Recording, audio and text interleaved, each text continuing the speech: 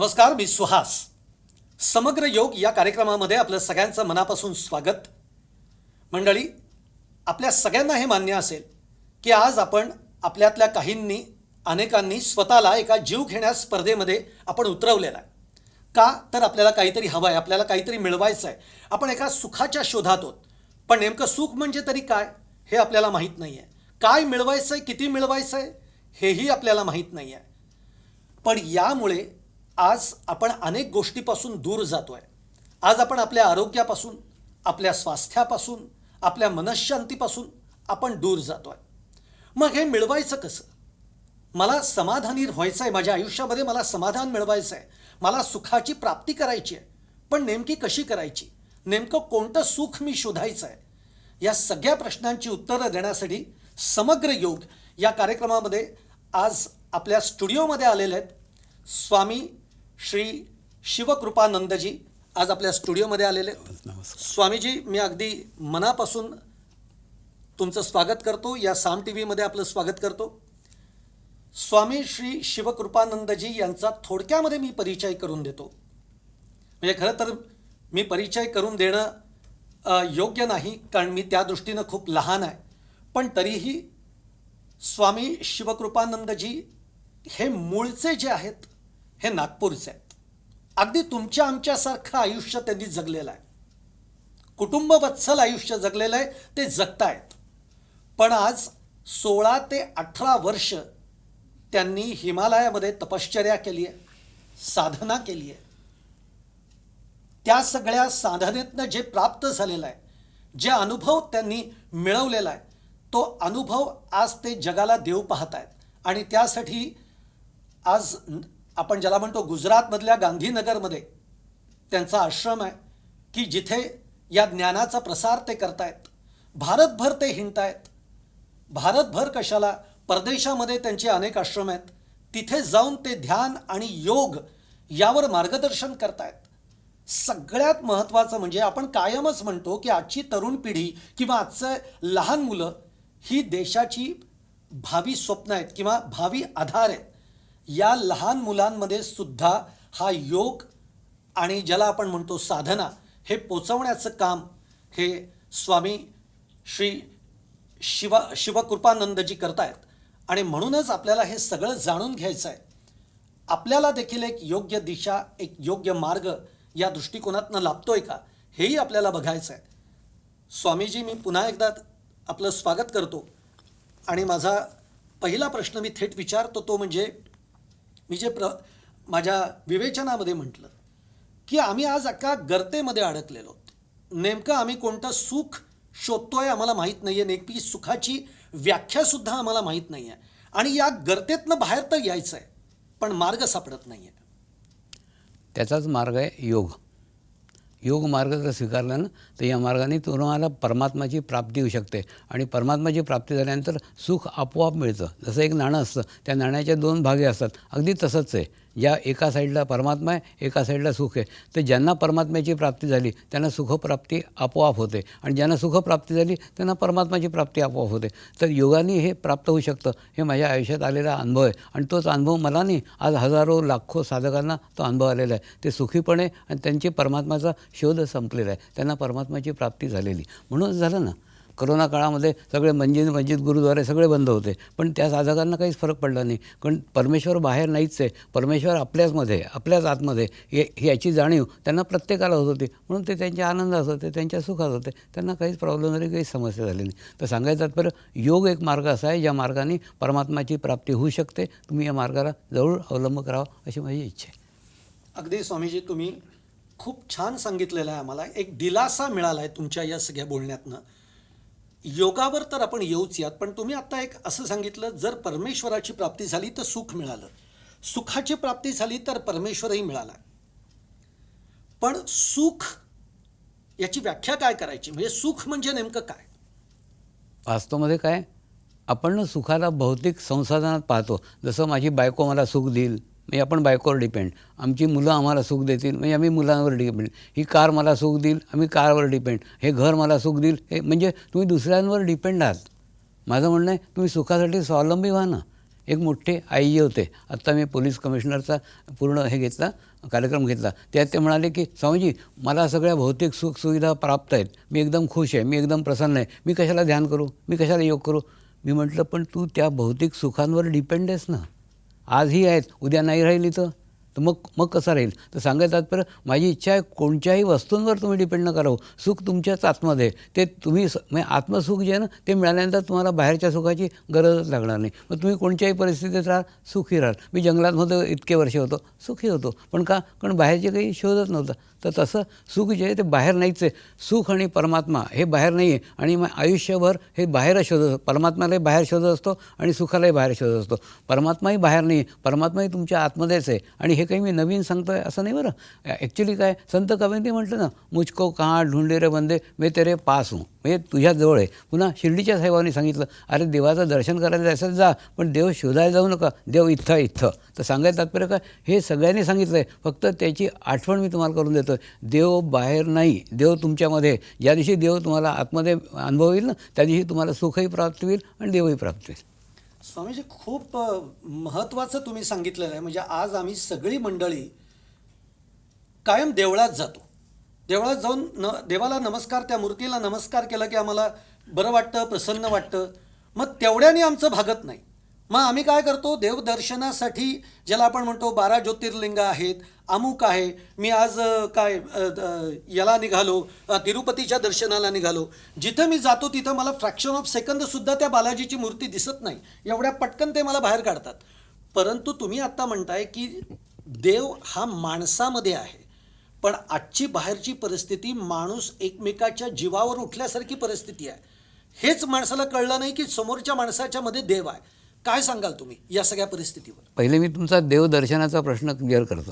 हे बघा, समजा एक देवाची मूर्ती आहे, ठीक आहे, आणि दुसरं ती खूप प्रसिद्ध मूर्ती आहे, खूप प्राचीन मूर्ती आहे, आणि ती मूर्ती पाहण्यासाठी तुम्ही 6 तास लंबी लाईन लावता. पाय दुखतात, ते कंबर दुखते, आणि असे त्रास सगळे सहन करतात. सहन करून त्या मूर्तीच्या समोर येतात, आणि समोर आल्यानंतर 1 मिनिटात नाही, काही सेकंडमध्ये हाकलून देतात तुम्हाला. आगे खसको, आगे खसको, आगे खसको, आणि तुम्ही घरी येऊन जाता. घरी आल्यानंतर पुन्हा 8 दिवसांनी तुमचा एखादा मित्र आला, चालतो का रे देवदर्शनाला, तुम्ही तयार होता. माझं म्हणणं, अरे तू मनुष्य आहे, तुला बुद्धी आहे, थोडा विचार कर ना. जिथे 6-6 तास लाईनमध्ये लावावं लागतं, जिथे 1 मिनिटात तुला हाकलून दिलं जातं, तिथे आयुष्यात कधी जाशील का? नाही जाणार. पण तरी तू जायला तयार होतो. म्हणजे काय, जे तू शरीराने आजपर्यंत मिळवत आला होता ते तिथे काहीही मिळालेलं नाही. मग काय मिळालं? तिथे तुला आत्मसुख मिळालं, तिथे तुला आत्मसमाधान मिळालं, तिथे आत्माचा अनुभव ती मिळाला. अच्छा, दुसरं पण याच्यावरही विचार करा ना, की हे जे मिळालं काही सेकंड्समध्ये, तेवढ्या सेकंड्ससाठी तू 6-6 तास लाईन लावतो. अच्छा, त्याच्यानंतर जे मिळालं आहे ते त्या मंदिरामुळे मिळालं आहे? नाही. त्या मूर्ती मिळालं? नाही. कशाचमुळे मिळालं नाही? मग कशामुळे मिळालं? मी याच्यावरही अनुसंधान केलं आहे. कोणत्या महात्म्याने, कोणत्या संतांनी 40-40 वर्ष अंतर्मुखी राहिला आहे, आणि अंतर्मुखी राहून त्या मूर्तीची प्राणप्रतिष्ठा करताना आपल्या सगळ्या शक्ती त्याच्यात ओतल्या आहेत, की जो मनुष्य या मूर्तीचं दर्शन करेल तो अंतर्मुखी होईल. असं जेव्हा त्यांनी केलं ना, त्या संकल्प केलेल्या मूर्तीचं, जसं तुम्ही काही सेकंड्स दर्शन करता, तुम्ही अंतर्मुखी होता, आणि तुम्ही देव तुमच्यातच आहे. पण तो अंतर्मुखी झाल्यानंतर म्हणून तुम्हाला चांगलं वाटलं. त्या मूर्तीमुळे चांगलं वाटत नाही, त्या मंदिरामुळे चांगलं वाटत नाही. चांगलं वाटतं तुम्ही आत गेला म्हणून. पण तिथे कोणची घटना घडली? तिथे घटना घडली आरशासारखी. तुमचं तोंड पिवळं आहे का काळं आहे ते पाहायला तुम्हाला आरसा लागतो. तुम्ही तुमचं तोंड पाहू शकता का? नाही पाहू शकत. पाहायला जसं आरसा लागतो तशी ती मूर्ती आरसा आहे. त्या आरशात जसं तुम्ही समोर जाता, तुम्ही अंतर्मुखी होता. म्हणजे तुमच्यातलाच देव तुम्हालाच भेटायला ती मूर्ती हवी. म्हणजे तुम्ही त्या मूर्तीवर डिपेंड. पण जर तुम्ही अंतर्मुखी राहिला तर तुम्हाला त्या मूर्तीची, मंदिराची कसलीच गरज नाही आहे. तुम्ही अंतर्मुखी. आणि हे कोणत्या अनुभवानं सांगतो आहे? हिमालयामध्ये ज्या सिद्ध पुरुषांबरोबर राहिलो ना, तिथे किलोमीटर्सपर्यंत कोणचंही मंदिर नव्हतं, कोणची मूर्ती नव्हती, काही म्हणजे जे तुम्ही पूजापाठ करता ना असलं काहीही तिथे नव्हतं. तरीसुद्धा सगळे अंतर्मुखी होते, सगळे देवाशी जुळलेले होते, सगळे देवाला आतमध्ये अनुभव करत होते. तर हे जर करणं तुम्हाला आलं ना, माझं म्हणणं हे नाही की तुम्ही तीर्थयात्रा करू नका. माझं म्हणणं हे नाही, तुम्ही जा ना, फिरायला जा, दर्शनाला जा. पण म्हणजे तिथे, आणि दुसरं मागायला, मला एक खूप विचित्र वाटलं, लोक ना देवाच्या तिथे जाऊन मागतात. अरे मागता काय? ॲक्च्युली काय, तिथे जाऊन धन्यवाद द्यायला जा ना. की देवा तुझ्यामुळे मला हे सगळं मिळालं आहे, मी माझ्या आयुष्यात सुखी आहे, मी आनंदी आहे, खूप खूप धन्यवाद. माझ्याहून सुद्धा वाईट परिस्थितीमध्ये खूप लोक काढतात ते, तुम्हाला किती चांगल्या परिस्थितीत देवा तुझा मी खूप धन्यवाद. म्हणून मी सगळ्या साधकांना म्हणतो मंदिरात जा, पण मंदिरामध्ये मागायला जाऊ नका. तुम्ही तिथे धन्यवाद द्यायला तर धन्यवाद द्या ना. देता येतो का? नाही, लोक मागायला जातात, हे हवं ते हवं. स्पष्ट गोष्ट आहे. पहिली गोष्ट, तुमच्या आयुष्यात प्रॉब्लेम आहे, तुमच्या आयुष्यात समस्या आहे. याचा अर्थ काय? याचा अर्थ तुमच्यामध्ये कुठेतरी एनर्जीची कमी आहे. हां, तर मग ती एनर्जी घ्यायला तुम्ही त्या मंदिरात जाता, मग तिथे एनर्जी घ्या ना, शांत होऊन बसा. जर तुम्ही त्याला धन्यवाद दिला, तुम्ही खुश व्हाल, प्रसन्न व्हाल. त्या प्रसन्न होऊन मनुष्यच धन्यवाद देऊ शकतो. रडत रडत कोणी धन्यवाद नाही देत. तर ॲटोमॅटिकली तिथली एनर्जी तुम्हाला मिळेल आणि मिळाल्यानंतर तुम्ही बॅलन्स व्हाल. बॅलन्स झाल्यानंतर तुम्ही तुमची कामं कराल ना. देवालाही म्हणाल मला एवढी शक्ती दे की मी प्रॉब्लेम माझ्या दूर करून घेईन. तिथे जाऊन मागून, पण होतं काय माहिती आहे तुम्हाला नाही कळत, पण तिथे जेव्हा जाऊन तुम्ही तुमची प्रॉब्लेम रडगाणं गाता ना, तुमचं चित्त एनर्जीवर नसतं. तुमचं चित्त कशावर असतं? आपल्या प्रॉब्लेमवर, आपल्या समस्यावर. अरे त्या जर तुला सोडवता आले असते तिथे आलाच कशाला असता? तर सांगायचं तर हे असे इनबॅलन्स लोक जाऊन तिथे आणखीन स्थिती खराब करतात. म्हणून मी एक रिसर्च केली आहे. ज्या मंदिरामध्ये तुम्ही जाता ना, त्या मंदिराच्या मागच्या साईडला जाऊन पहा. तिथे मागते लोक नसतात, मागणारे लोक नसतात. तिथली एनर्जी जास्त चांगली असते. लोक वेडे आहेत. मूर्तीच्या काय एकाजवळ थोडी, पुरे सराउंडिंग एरियामध्ये व्हायब्रेशन्स असतात. तर मूर्तीच्या जर मागे गेले चांगले व्हायब्रेशन जाणवतील का? पुढे सगळे मागणारे असतात. त्यांना वाटलं मागे उभे राहून जर बोललं तर देव ऐकत नाही. असं थोडी, तुमचं सगळं ऐकतो. फक्त माझं म्हणणं ते धन्यवाद द्यायला तिथे मागायला जाऊ नका. तर थोडक्यात मूर्तीचं देवदर्शन तुम्ही करताना ते फक्त अंतर्मुखी होण्यासाठी. फक्त तिथे तुमचं तोंड काळं आहे का पिवळं पाहिलं असं आरसा पाहता ना, तसं ती मूर्ती म्हणजे आरसा आहे. पण जर तुम्ही अंतर्मुखी झाला, देव तुम्ही आतमध्ये मिळवला, तर तुम्हाला बाहेरच्या देवाची गरज राहत नाही. हे माझं म्हणणं. अगदी स्वामीजी. आणि आत्ता तुम्ही बोलता बोलता असा एक उल्लेख केलात, हिमालयातला उल्लेख तुम्ही केलात. ज्या हिमालयामध्ये तुम्ही 16-18 वर्ष तिथं तुम्ही साधना केली आहे, ज्या गुरूंच्या एका ओढीमुळे तुम्ही तिथपर्यंत गेलात, नेमकं तिथे त्या साधनेमधनं काय प्राप्त झालं, काय तुम्हाला मिळालं असं तुम्ही म्हणाल, सांगा. खरं काय असतं माहिती आहे का? आपण म्हणतो तसं हिमालयात जाणं सोपं नाही आहे. एक दुसरं, हिमालयात गेल्यानंतर मग तुमचं काही राहतच नाही. सगळी आध्यात्मिक प्रगती आपोआप होऊन जाते. पण तिथं जायला एक प्रगती पाहिजे ना, एक स्थिती पाहिजे ना. ती स्थिती जोपर्यंत होत नाही ना, तोपर्यंत ते येऊच देत नाही. जसं आपण पाहतो ना शेतकऱ्यांचं, हे माझं 10 एकरचं शेत आहे, हे माझं 10 एकरचं शेत आहे. मग जसे शेड मध्ये असतात ना शेडे, आणि नंतर दुसरं शेत सुरू होतं, तसं तिथे यांचे ओरा बांधलेले आहेत. या पाढावर याचा ओरा, त्याच्या पाढावर तो ओरा. म्हणजे तुम्ही त्यांच्या इच्छेच्या विना तिथे प्रवेशही करू शकत नाही. आणि दुसरं या गोष्टी नाही आहेत, हे प्रयोग आहेत. मी केले होते सापुताराला, सगळ्या आचार्यांचा प्रयोग केला होता. एका पहाडाच्या खूप उंच पहाडावर जाऊन बसलो होतो आणि मी त्यांना म्हटलं तुम्ही या माझ्याकडे. 1 किलोमीटरच्या आधीपर्यंत आले. नंतर मग एक त्यातला पटेल होता, तो म्हणे पाहतो कसं नाही जात, म्हणून त्यांनी पाऊल टाकलं. एक पाऊल टाकल्यानंतर तो एकदम ध्यानात चालला गेला आणि तो तोपर्यंत नाही उठला जोपर्यंत मी खाली नाही आलो. तर मी त्यांना म्हटलं तुम्हाला चुणक दाखवली कसा ओरा असतो, कसे व्हायब्रेशन असतात. सांगायचं तात्पर्य ओरा व्हायब्रेशन काल्पनिक नाही, तर तसं त्यांनी बनवून ठेवलं आहे. जोपर्यंत तुमची स्थिती नाही ना, तोपर्यंत तुम्ही तिथे पोचू शकत नाही. आता मी सुद्धा या मार्गात कसं आलो, मी नागपूरचा आहे आणि नागपूरला आजी आजोबा त्यांच्या सगळ्यांच्या बरोबर राहायचो. आणि आजी माझं विश्व होती. आजी म्हणायची परमात्मा अविनाशी आहे, परमात्मा कालही होता, परमात्मा आजही आहे आणि परमात्मा उद्याही राहणार आहे. तर मला लहानपणीच कळून घेतलं परमात्मा कोणी शरीर असू शकत नाही, कोणतं शरीर नाही, सगळं शरीर नाशवान आहे. तर म्हणजे परमात्मा शरीर असू शकत नाही. पण मी आजीला म्हटलं आजी जर मला आजचा परमात्मा मिळाला तर मी तो सगळ्या जगाला वाटीन. आणि मला परमात्मा मिळाल्यानंतर हे 28 वर्षापासून हे काम करतो की सगळ्या जगभर लोकांना तो परमात्मा वाटतो आहे. आता परमात्मा मिळाला, कसं मिळाला? आणि दुसरं मी नास्तिक होतो, माझा काही देवावर विश्वास नव्हता, बिलकुल नास्तिक होतो. नास्तिक होतो म्हणजे दिसतं, सांगतात एक आहे, दिसतं एक आहे. आता एकदा झालं ना, माझ्या लहानपणी 16 लोक हरिद्वारला नावेने दर्शन करायला लागले, सगळेचे सगळे बुडून मेले. मी आजीला म्हटलं रोडवर ॲक्सिडेंट होतात ही गोष्ट तर समजते, पण का गं तुझा देव त्यांना नाही वाचत जे त्यांचं दर्शन करायला येतात? आजी म्हणते नाही अशा गोष्टी नाही करायच्या. मी म्हटलं काही आजी देवबिव नाही, फालतूच्या गोष्टी आहेत, असतं त्याला नसतं वाचलं. पण आजीजवळ त्याचं काही उत्तर नव्हतं. नंतर आमच्या इथे एक साधू बाबाजी यायचे, ते खूप चांगले प्रवचनं करायचे, खूप चांगले करायचे. आणि आजी म्हणायची अरे साक्षात देव त्यांच्या तोंडातनं बोलतो आहे, ते देवाचे माईक आहेत. एक दिवस ते आजारी पडले, हॉस्पिटलाइज झाले. मी आजीला म्हटलं का गं तू म्हणते की ते देवाचे माईक आहे, माईक आपला ठीक नाही करत, देव देवच नाही आहे याचा हा बुवा माईक नाही आहे. पण आजी त्या दोन्हीपैकी काहीच ऐकायला तयार नव्हती. त्याच्यानंतर पाहिलं एक मुसलमान फकीर मस्जिदीसमोर उभा राहायचा, मोरपंखाने येणारा आणि सगळ्यांना आशीर्वाद द्यायचा. येणाऱ्याला जातने विचारायचा, येणाऱ्याला धर्माने विचारायचा, सगळ्यांना आशीर्वाद द्यायचा. तसं हिंदू साधू पाहिला तो आपलं भभूती काढून द्यायचा, कोणी आला भभूती, कोणी आला भभूती, येणाऱ्याला जातने विचारायचा, येणाऱ्या धर्माने विचारायचा. तर आजीला म्हटलं का गं, तो मुसलमान फकीर हिंदूंना आणि हा हिंदू साधू मुसलमानांना कसं ठीक करू शकतो? का गं देव एक आहे का? आजीजवळ त्याचंही उत्तर नव्हतं. आजी म्हणायची लहान मुलांनी असले प्रश्न नाही विचारायचे, असं म्हणून मी नेहमी दाबून टाकायचे. नंतर ना आजी कृष्णाच्या मंदिरात जायचे, आजोबा मारुतीच्या मंदिरात जायचे आणि दुसरा दोघांचा संसार चाललेला, दोघांचे देव वेगवेगळे आहेत. तर लहानपणी कळलं की म्हणजे देव मानण्यावर आहे, कोणी कोणालाही देव मानू शकतं. आणि त्याच्यानंतर त्या कृष्णाच्या मूर्तीला अगदी चिटकून एक पुजारी बसायचा. मला खूप जिज्ञासा आली, सगळे लोक देव देव देव म्हणतात, मला तर काही देवाचा साक्षात्कार होत नाही.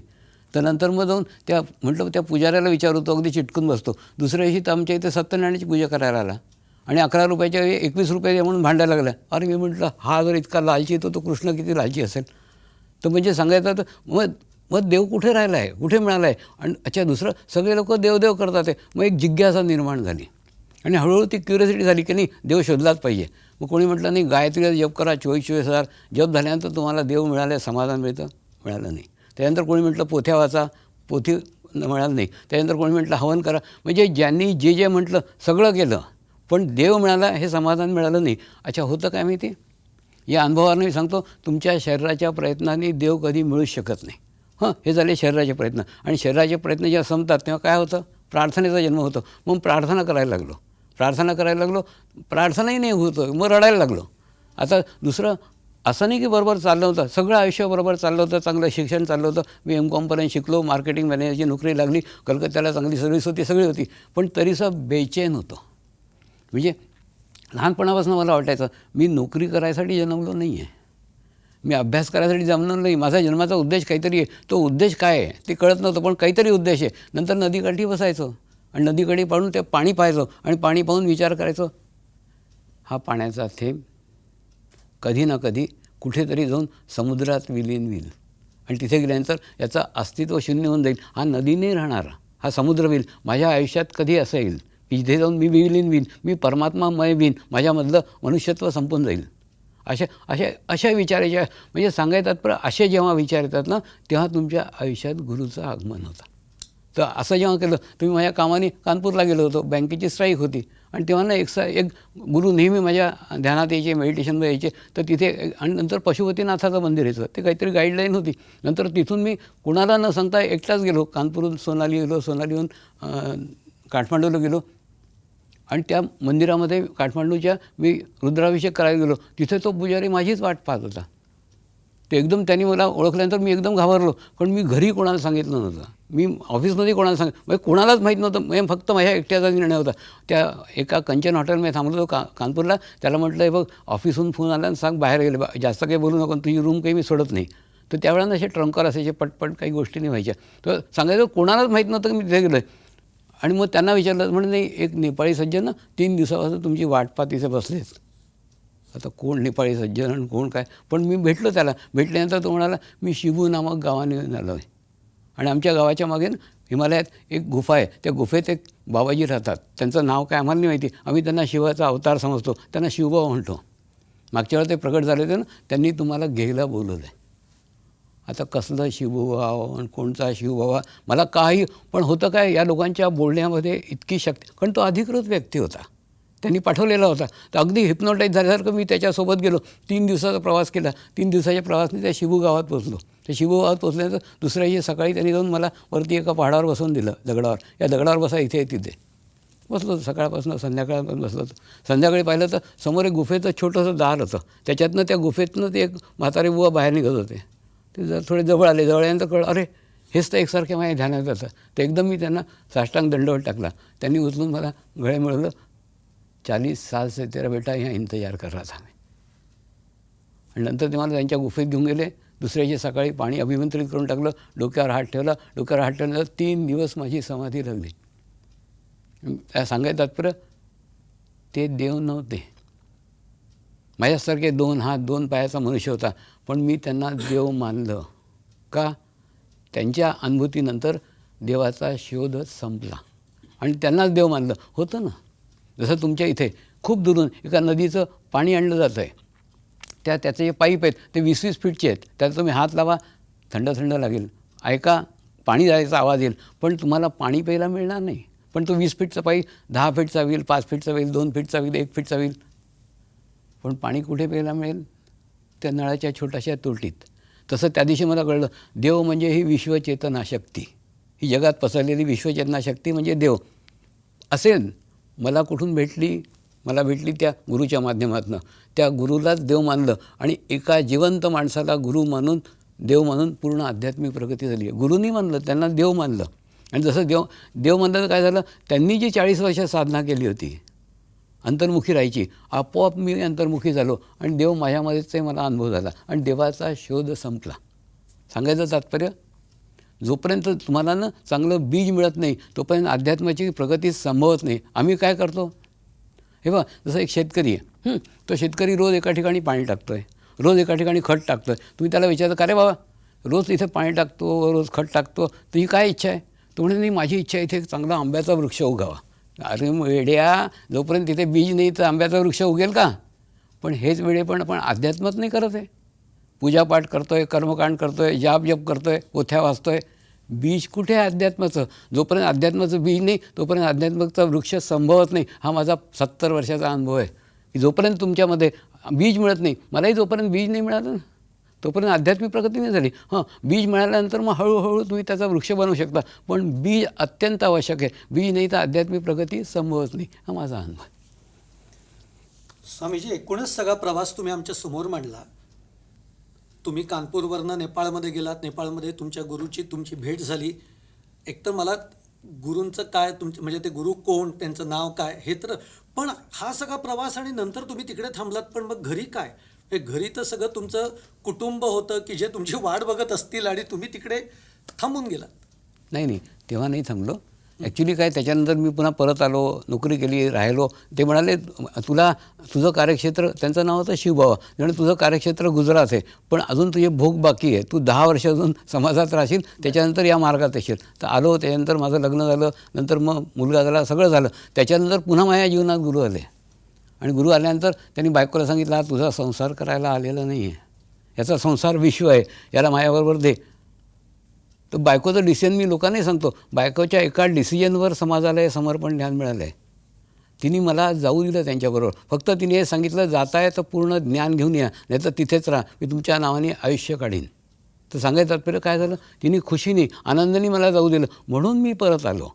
आणि दुसरं, त्या दिवशी ही स्थिती होती, तिने जाऊ दिलं असतं तरी गेलो असतो, नाही जाऊ दिलं असतं तरी गेलो असतो, पण मग जर गेलो असतो तर मग कधी परत नसतो आलो. तर तिचं म्हणजे मी समाजाला सांगतो, तिच्या एका डिसिजनवर पूर्ण मिळालेलं आहे सगळ्या समाजाला, म्हणून मी परत आलो. आणि परत आल्यानंतर सगळा प्रचार प्रसार सगळा झाला.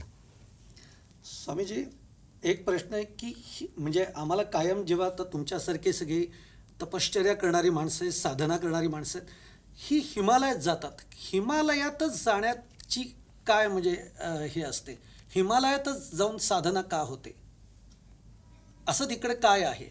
वास्तवामध्ये काय, तिथे सतत साधना करून करून करून करून तिथे एक ओरा निर्माण झाला आहे, एक व्हायब्रेशन निर्माण झालं आहे. तर लोक अट्रॅक्ट होतात. आपल्याला नुसतं भारतातलेच माहिती आहेत असं नाही, जगातनं लोक येतात आणि जगातलं लोक तिथे ध्यान साधना करतात, मेडिटेशन्स करतात. झालं ना. एकदा पाहिलं तर 45 जैन मुनींच्या सोबत मी राहिलो. दुसऱ्यांदा गेलो त्यांना भेटायला तर ते 65 झाले होते. त्यांना विचारलं, ते म्हणे नाही, जो हमारे वाले रहते वो हम तक पहुंची जाते. त्याच्यानंतर मी जैन मुनींचा प्रचार प्रसार करतो आहे, त्यांना विचारतो तुमच्या इथून कोणी मुनी गायब झाला का, कारण गायब झाला असेल तो तिथे पोचला असेल. तर ते 65 झाले. तर सांगायचं, पण इथल्या जैन मुनींना त्यांचं माहितीच नाही आहे. होतं काय माहिती आहे, जसं तुम्ही जर पहाडी क्षेत्रात गेला असेल तर पहाडी क्षेत्रामध्ये ते म्हणतात 2च माणसं आहेत, एक पहाडी आणि दुसरे तुम्ही मैदानी. म्हणजे तुम्ही मराठी असा, गुजराती असा, बंगाली असा, बिहारी असा, तुम्हाला ते एकाच कॅटेगरीत मोजतात, ते म्हणजे तुम्ही मैदानी आणि ते म्हणजे पहाडी. तसं ते जैन मुनी म्हणतात. ते म्हणतात जैन मुनी तर 2च आहेत, एक ते जे सगळं सोडून हिमालयात बसलेत ते, आणि दुसरे हे संसारात फिरतात आहेत ते. तर सांगायचं तर त्यांचं म्हणणं आहे, तुम्ही नंगे फिरा, पांढरे कपडे घालून फिरा, शेवटी फिरता तर कोयल्याच्या खदानीतच ना, तर मग कसले गच्छ करणारे. तर त्यांची इच्छा आहे जैन धर्मामध्ये परत ध्यान स्थापित व्हावं. आणि दुसरं त्यांनी सांगितलं की तुम्ही हे करू शकता, पण अनुभूती आहे ना, त्या अनुभूतीमुळे हे सगळं होऊ शकतं. आणि मी समाजात आल्यानंतर 7-8 वर्षानंतर जेव्हा त्यांनी मला सांगितलं की सुरू करा, तेव्हा सुरू केलं. आणि आता सगळ्या वेगवेगळ्या गच्छाचे लोक सामूहिक ध्यान करतात, मेडिटेशन करतात, ज्यांनी एकमेकाची तोंडही कधी पाहिलेली नाही आयुष्यात. आणि दुसरं, इथे आल्यानंतर अनुभूती सगळ्यांना समान होते, अनुभूती सगळ्यांना एकसारखी होते. आणि दुसरं, हे ज्ञान कोणी मला दिलेलं नाही आहे, हे आपोआप मिळालेलं आहे. कसं, जसं एकदा ना अहमदाबादलाच 90 जैन मुनींचं शिबिर घेतलं. वेगवेगळ्या गच्छाचे जैन मुनी होते आणि घेतल्यानंतर त्यांचे जे गच्छादी होते ना, त्यांनी एक पत्र पाठवलं, स्वामीजी तुम्ही ना संस्कृतचे महान विद्वान होता आणि दुसरं तुम्ही आमची ना संस्कृतचे मूळ ग्रंथ वाचलेले आहेत आणि त्या ग्रंथातल्या गोष्टी तुमच्या पुस्तक समर्पण ध्यानयोगमध्ये लिहिल्या. ते पत्र मी खिशात ठेवलं. त्यानंतर त्यांना 3 दिवसांनी भेटायला गेलो. त्यांना म्हटलं, पहिली गोष्ट महाराज साहेब मला संस्कृत येत नाही, मी संस्कृतचा विद्वान नाही. दुसरं फक्त काय झालं आहे, 65 जैन मुनींच्या सोबत संगतीत राहिलो आहे, त्यांनी मला दिलं नाही, मी त्यांच्याकडनं घेतलं नाही, पण त्यांना मी समर्पित राहिलो. तर समर्पित राहिलं झालं, त्यांच्याजवळ जे ज्ञान होतं ते ज्ञान मला आपोआप मिळालं आणि मी ग्रंथ लिहिला आहे जैन धर्मावर. तर तुम्ही मला विचाराल तर मी जैन नाही, पण आपोआप लिहिलं गेलं. जेव्हा त्यांची इच्छा झाली लिहावं तर लिहिलं गेलं. तर सांगायचं तात्पर्य काय, आम्हाला ना तेच ज्ञान माहिती आहे जे कोणी शिकवू शकतं, जे कोणाकडनं शिकू शकतं. हे ज्ञान ते कोणी शिकवू शकत नाही, शिकू शकत नाही, हे आपोआप मिळतं. हे आत्मज्ञान आहे आणि त्याच्यावरती कोणाचाही अधिकार नाही. आपल्याला माहिती आहे ना गोष्ट द्रोणाचार्यांची आणि एकलव्याची. द्रोणाचार्यांना त्याला एकलव्याला द्यायची नव्हती विद्या, तरी एकलव्याने प्राप्त केली नाही. म्हणजे सांगायचं तात्पर्य, हे जे शिक्षण आहे ना, हे शिक्षण थोडं वेगळं आहे. याच्यावरती त्या गुरुचाही कंट्रोल नाही. कोणी त्याच्याशी समरस, त्याच्या आत्म्याशी समरस होऊन पूर्ण ग्रहण करू शकतो. आता ही प्रक्रिया कशी सांगतो, तुमच्यामध्ये काही लोक लॅबोरेटरीमध्ये काम करत असतील, त्या लॅबोरेटरीमध्ये एक यूट्यूब असतं की नाही, त्या 2 सिरे असतात. त्यात 50 ml पाणी इकडे टाका, 25 ml पाणी इकडे चाललं जातं. हे टाकत नाही, हे घेत नाही, आपोआप जातं. तसं शिष्याची आत्मा गुरुच्या आत्म्याशी समरस झाल्यानंतर गुरुचं सर्व ज्ञान त्या शिष्याला आपोआप मिळतं. गुरु देत नाही, शिष्य घेत नाही. तर मी त्या ज्ञानाच्या गोष्टी करतो आहे, त्याला आत्मज्ञान म्हणतात. त्याला आत्मज्ञान म्हणतात आणि त्याचा प्रसार सध्या तुम्ही करताय. जे सगळं ज्ञान तुम्ही प्राप्त केलं, स्वामीजी तुम्ही नागपूरचे ज्ञान सगळं प्राप्त केलं आहे, ते तपश्चर्या हिमालयामध्ये केलीत, पण सध्या तुमचं कार्यक्षेत्र जे आहे ते गुजरात आहे, असं का? खूप गमतीदार प्रश्न विचारला. एका पोलीसच्या मोठ्या अधिकाऱ्याने मला विचारलं, स्वामीजी तुम्ही महाराष्ट्रीयन आणि महाराष्ट्रात एक आश्रम नाही आणि गुजरातमध्ये 4, असं का? बाबा रे, मी म्हटलं हेच तुझा प्रश्न आहे, हेच तुझं उत्तर आहे. गुरु काहीही करत नाही, जो करतो त्याच्या मागे होऊन जातो, तर तथा असतो. त्यांनी गुजरात्यांनी केलं, तिथे 4 झाले. तुम्ही नाही केलं तर नाही झालं. नंतर मग महाराष्ट्रीयन लोकांच्या पोटात दुखायला लागलं. जेव्हा बंगलोरला झालं, गोव्याला झालं, त्यांना म्हटलं बापरे, हे तर आणखी पुढे पुढे चालले आणि महाराष्ट्र राहिला. नंतर मग महाराष्ट्रीयन लोकांनी एकत्र येऊन 60 एकर जमीन घेतली आहे नागपूरला, आत्ता बोटीवरीला, तिथे आता आश्रम स्थापित झाला आहे. तर सांगायचं तर गुरु काहीच नाही करत. ॲक्च्युली तो काही करायच्या बाहेर आहे, म्हणजे तो काहीच करू शकत नाही. म्हणजे करता भाव पूर्ण तो काहीच करत नाही. फक्त त्याच्या सानिध्यात सगळं घटित होऊ शकतं. तुम्ही त्याच्या सानिध्यात तर सगळं होतं. असं या सगळ्या प्रवासातला एक महत्त्वाचा टप्पा आहे, तो म्हणजे योग, योगासनं, योगा. आता मुळामध्ये मी जसं म्हटलं की या सगळ्या रॅटरेसमध्ये आपल्या शरीराकडे आमचं दुर्लक्ष होत चाललेलं आहे. आत्ता एक योगासनं किंवा योगा असं एक सध्या मार्केटमध्ये प्रचंड मोठं फॅड आहे की मी जी योगा करायला जातो म्हणजे मी आसनं करायला जातो. पण मग नेमकं योग आणि योगा याच्यामध्ये काही फरक आहे का? मी आयुष्यात एक अक्षरही वाचलेलं नाही आहे. पुस्तक सोडा, एक अक्षरही वाचलेलं नाही. तर म्हणून या विषयावरसुद्धा मी पुस्तकातलं बोलणार नाही. माझ्या आयुष्यात आलेला अनुभव तुम्हाला सांगतो. मी ऑस्ट्रेलियामध्ये शिबिर घेतलं. त्या शिबिरामध्ये ऑस्ट्रेलियाच्या बेस्ट 5 योगा टीचर आलेल्या होत्या आणि 5ही योगा टीचरचं सुंदर सुडवलं शरीर होतं, जसं एखाद्या फॅक्टरीमधनं भावल्या काढाव्या ना, अशा 5 होत्या. आणि तेवढंच आता जसं योगा टीचर म्हटलं तर माझी हे झाली ना अपेक्षा की त्यांचं चित्तही शुद्ध असेल, पवित्र असेल. चित्त तेवढंच वीक, चित्त तेवढंच कमजोर होतं.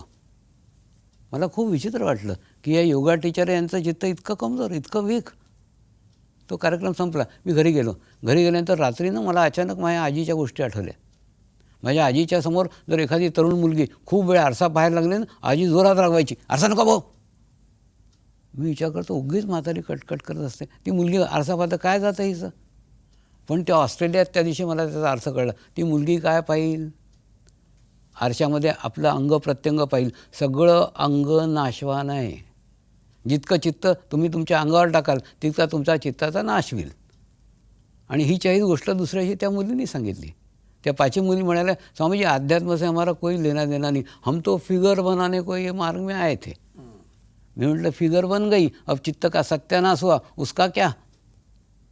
ते म्हणे हाँ हुआ तो है, अब क्या करें. मी म्हटलं ना, 1 घंटा लोग पागल बोले तो भी चलेगा, आकाश की तरफ देखो.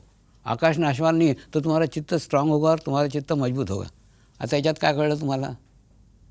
सांगायचं तात्पर्य योगासन योगच्या एकदम विरुद्ध आहे. एकदम विरुद्ध आहे म्हणजे काय? योगमध्ये काय सांगितलं आहे?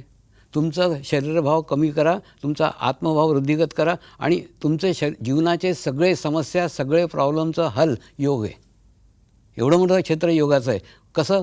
कारण होतं काय? हे जसं आता एवढं 6 इंचाचं तुमचा शरीरभाव आहे, तर आम्ही नाही म्हणणार तुम्ही नंगे पाय फिरा, आम्ही नाही म्हणणार तुम्ही उपवास करा. म्हणजे शरीरभाव कमी करायचे प्रयत्नच नाही करायचे. दारू पिताय, दारू प्या, सिगरेट प्या, हे खूप चांगलं आहे बरं. हे याच्यातलं खूप चांगलं आहे. 800 वर्ष तिथल्या ऋषीमुनींनी तपश्चर्या करून हे ओळखलं आहे की उपदेश देऊन काहीही कामाचं नाही, त्यांना अनुभूती करा.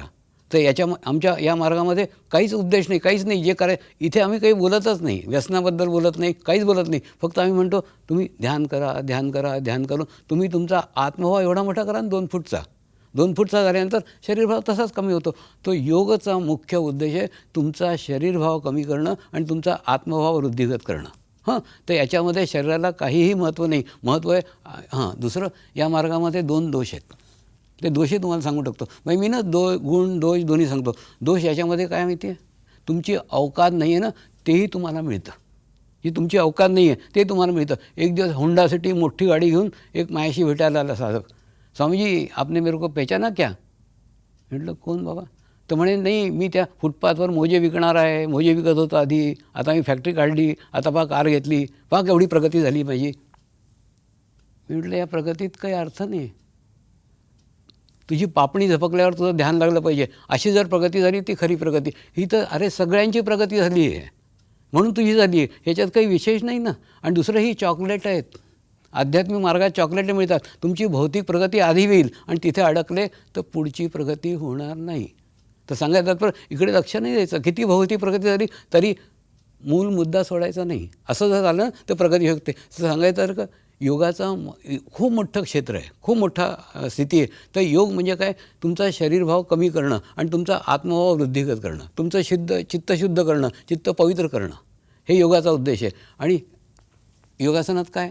योगासनाची सुरुवातच योगासनाचा गुरु काय म्हणतो?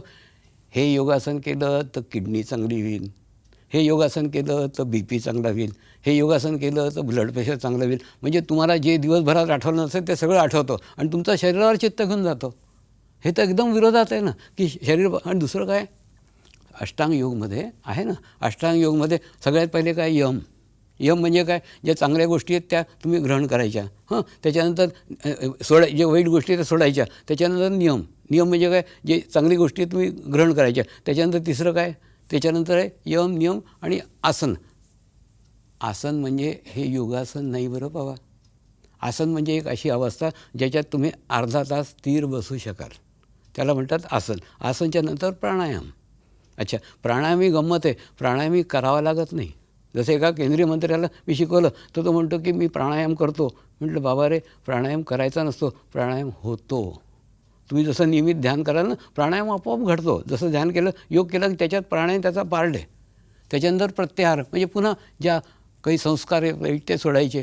त्याच्यानंतर धारणा. धारणा म्हणजे तुम्हाला गुरुमध्ये देव दिसला पाहिजे, ही धारणा तुमची झाली पाहिजे. धारणाच्या नंतर ध्यान. आपलं जे पुढचं आहे ना ते ध्यानपासून आहे. ध्यानच्या नंतर मग समाधी. समाधीचा आपण अर्थ लावतो एका सत्पुरुषाचं शरीर ठेवलेलं आहे ती समाधी, असं नसतं. आध्यात्मिक क्षेत्रामध्ये समाधी एक ध्यानाची अवस्था आहे. त्या अवस्थेत गेल्यानंतर त्या माणसाचा शरीरभाव पूर्णपणे समाप्त होऊन जातो आणि त्याच्या आयुष्यामध्ये काहीही सर्व प्राप्त झालं ही त्याला स्थिती प्राप्त होते. तर त्याला समाधीची स्थिती म्हणतात. पूर्ण लक्ष त्याचं पूर्ण झालेलं आहे. पण असं नाही की तो सुसाईड करेल, तो राहील. तर सांगायचं तर योग वेगळा आहे आणि योगासन वेगळं आहे. फक्त आता काय झालं आहे, मला थोडंसं आणखीन दुःख होतं की योगच्या पॅकिंगमध्ये योगासनं घुसडून प्रचार केला जातो आहे. म्हणजे मग सरळ सांगा ना की योगासनाचा प्रचार करतो आहे, ते नाही सांगणार. सांगतील योग म्हणते ना त्याच्यामध्ये आतमध्ये योगासन. अच्छा, दुसरं त्याचंही स्तर हळूहळू पडत आहे ना. आत्ता 21 जूनला पाहिलं ना मी, लोक योगासनं सोडून PT करत होते. आपण पाहतो ना लहानपणी आपण केली होती PTच्या क्लासमध्ये, तशी PT करत होते. तर सांगायचं तात्पर्य काय? योगासन वेगळं आहे आणि योग वेगळे. पुष्कळ प्रगती करायची आवश्यकता आहे, पुष्कळ इकडे लक्ष द्यायचे. आणि दुसरं, मी एखादं पुस्तक तुम्हाला दिलं, तुम्ही असं सरासरी चाललं आणि त्याच्यानंतर मी तुम्हाला म्हटलं वाचलं का? हां वाचलं आहे. तर तसं म्हणजे मला काय भीती माहिती आहे, 10 वर्षानंतर मुलं योग म्हणजे योगासने समजून योग कधी शिकणारच नाही. आणि त्यांना शिकवायला गेलं तेव्हा माहिती आहे आम्हाला योग माहिती आहे, कारण आम्ही योगासनं म्हणजे योग केलेली आहे. मी ना मॉरिशसला गेलो. मॉरिशसला एका मराठी फॅमिलीत गेलो, त्याच्याशी मराठीत बोललो. तिथे सेंटर आहे आमचं. त्यानंतर बायको गुजराती फॅमिलीत गेली, गुजरात्यांशी बोलली. त्यांना विचारलं तुझं आडनाव काय? माहीत नाही. जात कोणची? माहिती नाही. का? कारण इथून जे मजूर नेले ना त्यांना विचारलं तेरा नाम क्या? ये. तेरे बाप का नाम क्या? ये. त्यांनी विचारलंच नाही तुझं आडनाव काय. तर काय झालं माहिती आहे, 200 वर्षामध्ये तिथे जातीच नाहीत, तिथे आडनावच नाहीत. ही गत भारताची उद्या होणार आहे. काय होणार आहे? कारण इथे लोकांना माहितीच नाही ना. कारण आज 8 वर्ष तर झाली. 8 वर्षापासून आपण योगासन म्हणजे योग समजतो आहे. 8 वर्ष, अजून 10 वर्ष होऊन जाऊ द्या. येणारी पिढी योगाला ओळखणारच नाही, कारण ती योगासनालाच योग समजते ना. जे एक पिढी 2 पिढ्या निघाल्यानंतर विसरून जातात लोक. आणि सांगतं कोण आहे की योगासन? मी जगभर प्रचार प्रसार करून सांगतो आहे लोकांना की योगासन वेगळं आहे आणि योग वेगळं आहे. योगाचा तसा दंड बैठका म्हणजे योगासन, त्या योगासनाचा काही संबंध नाही त्याचे. आणि योग एक वेगळं क्षेत्र आहे. योग किती मोठं क्षेत्र आहे ते तुम्हाला सांगतो. मी इंग्लंडमध्ये एका स्टुडिओमध्ये बसलो होतो आणि त्या स्टुडिओमध्ये तिथली जी हिरोईन होती ना ती मला घेऊन गेली होती. आणि ते स्टुडिओवाले म्हणाले ते की जर ही हिरोईन आली तर तुझ्या गुरुला आम्ही घेऊ. काही तिथे मी बसलो. तिथे अनवर राजा म्हणून एक हा होता अनाऊन्सर. तो म्हणाला भारतातनं महान ज्योतिषाचार्य आले, तुम्ही तुमचं नावही सांगू नका, तुमच्याबद्दल सगळं सांगून टाकतात. जेव्हा माझ्या हातात माईक आला ना तेव्हा त्यांना म्हटलं प्रत्येक मनुष्य या जगामध्ये युनिक आहे. आणि दुसरं अंगठ्याची छाप आहे ना जशी प्रत्येकाची वेगळी आहे तसं प्रत्येक माणसाच्या व्हायब्रेशन्स वेगळे आहेत, प्रत्येक माणसाचा ओरा वेगळा आहे. तो म्हणतो आणि ते फक्त एवढंच म्हणायचे स्वामीजी कृपया मार्गदर्शन दीजिए, असं एवढंच म्हणायचे. काही नाव सांगायचं नाही, कुठलं काही नाही. आणि मी बसलो होतो लंडनमध्ये आणि जगातनं लोक प्रश्न विचारत होते आणि त्या प्रश्नांचे त्यांचे प्रॉब्लेम ओळखत होतो, त्यांना समाधान सांगत होतो. तर सांगायचं तर एवढं मोठं क्षेत्र योगाचं आहे की एका ठिकाणून बसून तुम्ही जगातल्या सगळ्या लोकांशी संपर्क साधू शकता. एवढं मोठं क्षेत्र योगाचं आहे. त्याला आपण योगासन म्हणून छोटं केलं आहे. दुसरं, आपल्या पूर्वजांनी वसुधैव कुटुंबकमची कल्पना केली आहे. आता चाललं आहे ना G20 चाललं आहे. प्रत्येक G20मध्ये एक घोषवाक्य लिहिलं आहे वसुधैव कुटुंबकम, वसुधैव कुटुंबकम. एखाद्या इंग्रजांनी विचारलं सांगा बरं कसं शक्य आहे, कसं शक्य आहे? तुम्ही लिहिलं आहे ना कसं शक्य आहे की पूर्ण विश्व एक कुटुंब आहे? आहे आपल्याजवळ काही सांगायला? काही नाही. होतं काय? असा कोणतीही उपासना पद्धती नाही जी जगमान्य असो. असा कोणताही देव नाही जो जगमान्य असो. असा कोणताही ग्रंथ नाही जो जगमान्य असो. अशी कोणती भाषा नाही हे जगमान्य असो. मग ही कल्पना कशी साकार होईल? काय उगीच खोरी कल्पना केली होती? नाही. तो मार्ग आहे योग. योग एक मार्ग आहे. आज पहा ना 29 वर्षामध्ये वेगवेगळ्या जातीचे, वेगवेगळ्या धर्माचे, वेगवेगळ्या देशाचे सर्व लोक योग करतात आहे. आणि गुण्यागोविंदांनी 45 दिवस आश्रमात येऊन राहतात. तर सांगायचं तात्पर्य माझा हा अनुभव आहे की मनुष्याला मनुष्य जोडू शकतो तो फक्त मार्ग योग आहे. आता होतं ना मी राष्ट्रप्रमुखांना भेटतो ना तेव्हा त्यांना म्हणतो तुमची इच्छा आहे की तुमच्या इथे धर्माचे तुमच्या देशात झगडे नाही झाले पाहिजे, भाषेचे नाही झाले पाहिजे. तुमची इच्छा आहे पण तुमच्याजवळ मार्ग आहे का? नाही आहे. मार्ग एकच आहे. तुम्ही योग मार्गाचा प्रचार करा ना. काय होतं माहिती आहे का? होतं काय? कारण आपण ना सगळे हे जे भेदभाव निर्माण केले आहेत ना हे माणसांनी निर्माण केलेले, देवानी केलेले नाही. तर आपणच जाती बनवल्या, आपणच धर्म बनवले, आपणच देश बनवले, आपणच राज्य बनवले, आपणच भाषा बनवली. तुमचा देहभाव संपला ते सगळं संपलं ना. तर याच्यामुळे योगामध्ये तुमचा देहभाव संपतो आणि तुमचा आत्मभाव वृद्धिगत होतो. आत्मभाव वृद्धिगत गेल्यानंतर हे सगळ्या सीमा गळून पडतात. म्हणून जगातनं लोक वेगवेगळ्या धर्माचे, वेगवेगळ्या देशाचे, वेगवेगळ्या भाषेचे धावून इथे येतात आणि ध्यान शिकतात. का? किती सीमा क्रॉस करतात ते, त्यांच्या धर्माची, त्यांच्या जातीची, त्यांच्या देशाची, त्यांच्या भाषेची. आता झालं ना शिर्डीला मी ना शिर्डीच्या साईबाबांमुळे या मार्गात आलो आणि नंतर माझी खूप इच्छा होती त्यांच्यासाठी काहीतरी करावं. तर आता समाधी वर्ष झालं तेव्हा मला त्याचा अवसर मिळाला आणि तिथे खूप मोठं 50,000 लोक रोज होते. असं 8 दिवस शिबिर झालं समाधी वर्षमध्ये. आणि त्याच्यामध्ये 400 लोक फॉरेनर होते. त्या 400 लोकांना हिंदीचा रठफ काही कळत नव्हता, पण ते 8 दिवस बरोबर बसले ते. का? ते म्हणतात ते काय बोलताय ते मला काही गरज नाही, तुम्ही तुमच्या सानिध्यात बसायचं आहे, तुमचं प्रवचन आहे, बस तेवढंच. सांगायचं तात्पर्य माणसाला मनुष्य ज्याला जोडू शकतो ना तो एकच मार्ग आहे तो योग. वसुधैव कुटुंबकमची कल्पना साकार होऊ शकते तो एकच मार्ग आहे तो योग. दुसरं, आज वसुधैव कुटुंबकमची कल्पना नुसती कल्पना नाही ती साकार होऊ शकते तो मार्ग योग आहे. तो योगाचं क्षेत्र इतकं मोठं आहे, इतकं विशाल आहे. आणि ते झाल्यानंतर दुसरं, एकदा मी रामकृष्ण मिशनमध्ये डॉक्टर लोकांचं शिबिर घेतलं. त्या शिबिर संपल्यानंतर डॉक्टरांनी विचारलं, त्यांना सवय असते तशी, स्वामीजी अलग अलग देशों में जाते हो, अलग अलग जगह खाना खाते हो, अलग जगह का पानी पीते हो, डायरिया नहीं होता आपको, डिसेंट्री नहीं होती? मी त्यांना उत्तर दिलं, डायरिया डिसेंट्री तो बहुत पास की बात करो, मेरे कार का कभी ॲक्सिडेंट भी नहीं होता. त्यांना आश्चर्य वाटलं. त्यांनी त्या मठाधीशला विचारलं, हे स्वामी असं कसं म्हणतात ते? तर त्यांनी सांगितलं, जो मनुष्य ध्यान करतो ना त्याच्या आसपास एक हवामंडल बनतं, त्याच्या आसपास एक ओरा बनतो, त्या ओरामध्ये त्याची कधी हत्या होऊ शकत नाही, त्याचा कधी ॲक्सिडेंट होऊ शकत नाही, असा हवामंडल, असा ओरा निर्माण केला जाऊ शकतो. आणि हे काल्पनिक नाही बरं. जसं अहमदाबादला मी डॉक्टरांचं शिबिर घेतलं, डॉक्टरांनी मजाक उडवला माझा, काही ओरा बिरा नसतं, तुमची कोरी कल्पना आहे. आता काही माझ्यावर नव्हतं, मी ऐकून घेतलं त्यांचं. त्याच्यानंतर पाहिलं, पुन्हा आता 3 वर्ष आधी पुन्हा 1500 डॉक्टरांनी शिबिर केलं. बाहेर ओरा मशीन लागलं होतं, आपला ओरा चेक केला, 3 दिवसांनी ओरा चेक केला. तर सांगायचं तात्पर्य, ओरा काल्पनिक नाही, ओरा एक प्रमाणपत्र आहे की तुमची आध्यात्मिक स्थिती कशी आहे, तुमचं चित्त किती शुद्ध आहे, तुमचं चित्त किती पवित्र आहे. सांसदमध्ये शिबिर ठेवलं ना, सांसदांना मी म्हटलं, एक काम करा ना, जितके आध्यात्मिक गुरु आहे सगळ्यांचा ओरा चेक करा, आणि त्यांचा ओरा चांगला असेल त्यांना सर्टिफिकेट द्या, 5 वर्षासाठी तुम्ही लायसन्स, तुम्ही आध्यात्मिक गुरु. आणि त्यांचं 5 वर्षांनी परत चेक करा, जसं ड्रायव्हिंग लायसन्स चेक करतात. खराब झाला त्यांना म्हणाला घरी बसा. तर दोघांचा फायदा आहे. एक तर काय, एका गुरुचा जर ओरा खराब झाला, स्थिती खराब झाली, तर लाखो साधकांचा भाव तुटतो. आणि दुसऱ्या गुरुलाही कळेल ना विचारायला की त्याचा सत्यानाश झाला आहे म्हणून. म्हणजे माझ्या हिशोबाने कोणी गुरु वाईट नाही, फक्त ते लोक ना आपलं कार्यक्रम करतात, आपली साधना सोडून देतात. तर असं मी नाही करत. मी महाशिवरात्रीच्या 45 दिवस एकदम एकांतात चालला जातो, आणि ते 45 दिवसात जे काही मिळतो ते 320 दिवस वाटतो. आणि मी सगळ्या गुरूंनाही म्हणतो, अरे बाबा, आपला अकाउंट विड्रॉल व्हायला रे, आपण विड्रॉल करत गेलं, बँक करप्ट होऊ ना, ते एक काम करा ना, तुम्ही बसा. त्यांना पटलं आहे. तर खूप गुरु येतात, तेही 45 दिवस एकांतात राहतात, तेही साधना करतात, आणि त्याच्यानंतर बाकी 320 दिवस वाटतात.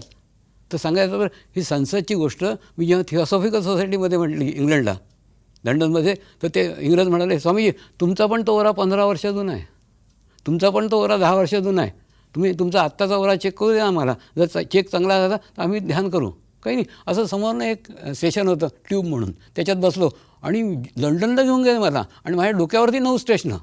म्हणजे किती पोखरून ठेवलं ते लंडन, की 10 एकाच्या उरावर 10 स्टेशनं. आणि नंतर मग जसं आपण CT स्कॅन करतो की नाही, असं एका डॉक्टरची अपॉइंटमेंट घेतली. तिथे एका मशीनवर मला बसवलं, आणि त्या मशीनवर दोन्ही हात ठेवून बसलं होतं, आणि कळत होतं एकेका चक्रावर त्याची स्पंदनं जाणवत होती. आणि ते अर्ध्या तासांनी नंतर त्यांनी मला विचारलं, तुम्ही जिवंत कसे आहात? म्हटलं का? तर म्हणे, हा त्या माणसाचा ओरा आहे ज्या माणसाचा शरीरभाव पूर्णपणे सुटला, तर तुम्ही शरीर सोडायला हवं. म्हटलं, ही माझी ध्यानाची स्थिती आहे, या स्थितीत पूर्ण टाईम नसतो. त्याच्यानंतर मग तो ओरा पब्लिश झाला, पूर्ण जगभर गेला. हे बा. आणि दुसरं, हिमालयात येऊन आल्यानंतर एकदम माझी स्थिती खूप चांगली होती असं नाही. पहिले ओरा असा होता, त्याच्यानंतर मग असा ओरा झाला, नंतर त्या इंग्रजांनी चेक केला, असा ओरा निघाला, आणि हा ओरा झाल्यानंतर पूर्ण जगभर तो वाटला गेला. आणि जगभर वाटल्यानंतर श्रीलंकेच्या मेन मंदिराचे प्रिस्ट ते घ्यायला मला बाहेर आले, तुमचा ओरा खूपच पवित्र आहे, खूपच शुद्ध आहे. आणि त्याच्यानंतर ती गोष्ट जेव्हा त्यांच्या प्रधानमंत्री वळली, त्यांनी बोलवलं मला, आणि बोलवलं 2 तास बसून ध्यान शिकलं, मेडिटेशन शिकलं. आणि त्यांनी मला सांगितलं, स्वामी आमच्या इथं जाफनामध्ये अशांती आहे, काही करा ना. काही नाही. मी जाफनात गेलो, तिथल्या युवांना घेऊन गेलो, आणि युवांना घेऊन गेलो. त्यांनी आयुष्यात कधी जाफना पाहिलंच नव्हतं, पण इतके वर्ष तिथे आता आपले 2 सेंटर्स आहेत जाफनामध्ये. तर सांगायचं तात्पर्य काय, ओरा हवामंडल काल्पनिक नाही आहे. ध्यान करून, मेडिटेशन करून तुम्ही तुमचा करू शकता. दुसरं, विश्वाची संकल्पना आमची खूप वेडी आहे. विश्व म्हणजे Bharat, Pakistan, Japan, America, Canada, हे विश्व नाही रे बाबा. विश्व म्हणजे तुमचं, आणि हे विश्व तुम्ही सुधारू शकत नाही ना, आधी सुधारलं ना नंतर सुधारणार आहे. कोणचं विश्व सुधारू शकता? तुमचं विश्व. जसं माझा ओरा 100 फीटचा आहे, ते माझं विश्व आहे, आणि ते विश्व घेऊन मी जगात कोणत्याही कोपऱ्यात जाईल, माझ्या आसपासचं विश्व तेच राहील, त्याच्यात काहीही बदलाव नाही, काहीही चेंज नाही. झालं ना. आत्ता मी अरबस्थानात गेलो होतो. अरबस्थानात गेलो, एका मुलाचा इथून व्हॉट्सअप आला, स्वामीजी भीती नाही वाटत? वाघाच्या तोंडात हात घालून त्याचे दात मोजताय. तिथे सगळे अरब बसलेले आहेत. काही नाही. तिथे मस्त गोल मजलीस होती, सगळे शेख ध्यान करत होते, मी ध्यान करत होतो. त्याचा फोटो त्याला पाठवला. म्हटलं, मी जिथे जाईन माझ्या आसपासचं वातावरण तेच राहील, ते भारत असो का अरबस्थान असो, मला काही फरक पडत नाही. तर सांगायचं तर, तुम्ही जर मी माझा ओरा निर्माण करू शकतो, तुम्ही का नाही करू शकत? तुम्ही करा ना. फक्त नियमित अर्धा तास स्वतःला द्या, बस, बाकी काही नाही. नियमित अर्धा तास स्वतःला द्या. स्वामीजी, सध्या तुम्ही लहान मुलांमध्ये प्रचंड काम करताय, त्याचप्रमाणे तरुणांमध्येही करताय. त्यांना नामस्मरण, ध्यान याचं महत्त्व तुम्ही त्यांच्यापर्यंत रुजवताय. मग त्याच्यामध्ये योगही आहे. या लहान मुलांबरोबरचं जेव्हा काम करताना तो अनुभव तुमचा कसा आहे? होतं की नाही, एखाद्या वेळा कोणी जळलं की नाही, जळल्यानंतर तो 80-85 वर्ष जळला तर डॉक्टर म्हणतो हा काही कामाचा नाही, बहुतेक हा वाचणार नाही. तर तसं माझं ना लहानपणी पाहायचा दृष्टिकोन आहे, ते कमी जळलेले. हे मोठी माणसं खूप जळलेली आहेत, यांच्याकडे 28 वर्षापासून मी करून राहिलो. तर आता ना माझ्यात एक आलं की हे मला पुढच्या पिढीपर्यंत पोचवायचं आहे. तर आता म्हणून मी बालशिबिर घेतो आहे. आता मुलुंडला शिबिर आहे ना, मुलुंडला शिबिर घेऊन राहिलं लहान मुलांचं. आता राजकोटला घेऊन आलो, कच्छला घेऊन आलो. सांगायचं तर काय, लहान मुलांना शिकवून राहिलं. आणि दुसरं, पुष्कळ लोक कंप्लेंट करतात ना, जसं आपण कंप्लेंट करतो की हे इंग्रजांच्या संस्कृतीमुळे आमची संस्कृती नाश झाली.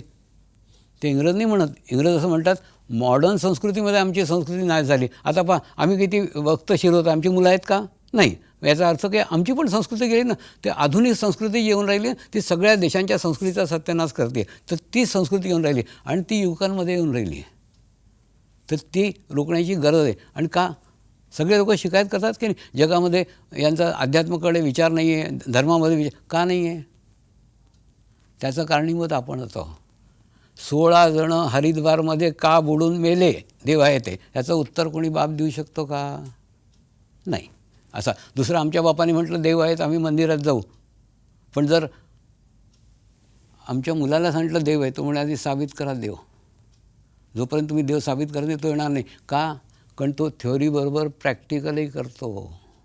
त्याला अनुभूती पाहिजे देवाची. जोपर्यंत देवाची अनुभूती होणार नाही तो येणार नाही. झालं ना, आत्ता सगळ्या धर्माच्या संतांचं शिबिर झालं होतं दांडीला. नेपाळचे संत आले होते. ते म्हणाले, स्वामीजी आमच्या इथे सगळे बुड्ढे असतात हो आश्रमात, तुमच्या इथे सगळे तरुण आहेत, असं का? मी म्हटलं, मी पोथी पुराणाच्या गोष्टी करत नाही. जे मी अनुभव घेतले, माझे जे अनुभव आहे ते त्यांना जवळचे वाटतात आणि तेच अनुभव मी त्यात सांगतो. आणि त्यांना अनुभूती आलेले आहेत, त्यांना अनुभूती आलेली. त्या अनुभूती माराने सगळे यंगस्टर उरले. म्हणून माझ्या इथे सगळे आत्ता झालं ना, इथे योगी हॉलमध्ये कार्यक्रम झाला, मला नाही कळत, ते पत्रकार येऊन म्हणतात, स्वामीजी तुमच्या कार्यक्रमात 75% यंगस्टर्स होते. त्यांना आश्चर्य वाटलं. आध्यात्मिक कार्यक्रमात यंगस्टर नसतात आणि माझ्या इथे सगळे यंगस्टर्स असतात. का? कारण त्यांना अनुभूती झाली आहे. तर अनुभूती करणं अत्यंत आवश्यक आहे. आणि अनुभूती केल्यानंतर ते बुद्धीने आपल्याहून खूप पुढे आहेत. होतं ना, म्हणजे आपण आपलं ज्ञान त्यांना द्यायचा प्रयत्न करतो, पण आपलं ज्ञान रिटायर्ड झालेलं आहे, आपलं आता काही कामाचं नाही. 10, 15 वर्षात चेंजेस येऊन राहिले, आपण त्यांना काय ज्ञान देणार? तर ते आपल्याहून जास्त बुद्धिमान आहे. फक्त काय, त्यांच्याजवळ अनुभव नाही आहे. त्यांच्याजवळ त्या अनुभवाची जोड जर त्यांना मिळाली ना, ते बुद्धिमानता आहे. तर आमच्या त्या म्हणजे काही जुने साधक येऊन सेवा देतात, ते त्यांच्या मार्गाने अनुभव देतात. ते दुसरं काही साधक येऊन ते आश्रम चालवतात, ते त्यांच्या मार्गाने बुद्धी देतात. तसं दोघांची जोडगोळी झाली आहे आणि आश्रम एकदम छान चालले आहे. आता इतके सारे आश्रम आहे, मी आरामात तुमच्याही गप्पा मारत बसलो आहे, मला काही फरक पडत नाही कोण काय चाललं कोण सगळं. पण सगळे इतकं छान तरीके पाहतात आणि माझ्याहून बेस्ट लोक आहेत ते. तर म्हणजे एक चांगले लोक काम करतात ते. तर म्हणून मी निश्चिंत आहे. तर म्हणून ना, लहान मुलांकडे शिबिर घ्यायचं आता चाललं आहे की त्यांना सुरुवातीपासून मी एकच सांगणार आहे, देव बाहेर नाही आहे, सुख बाहेर नाही आहे. ते बाहेर शोधायचा कधीही प्रयत्न करू नका, ते कधीही मिळणार नाही. सुख मला मिळालं आहे, देव मला मिळालं आहे, देव मला माझ्यामध्ये, तुम्ही तो अनुभव करा ना. म्हणजे ना, सुरुवातीपासून तुमची सुरुवातच अशी करा की देव बाहेर नाही, देव तुमच्यात आहे. तर जसं करा. मला देवाच्या बाबतीत, अध्यात्माच्या बाबतीत मुलांना स्वावलंबी करायचं आहे. तो मंदिरांवर, मूर्त्यांवर, गुरूंवर डिपेंड नसला पाहिजे. त्यांनी त्याचं गुरु व्हावं. होतं काय माहिती, आता तुम्हाला सांगतो ह्याच्यातही. आता तुम्हाला जिज्ञासा झाली असेल, तुमची आध्यात्मिक स्थिती काय आहे?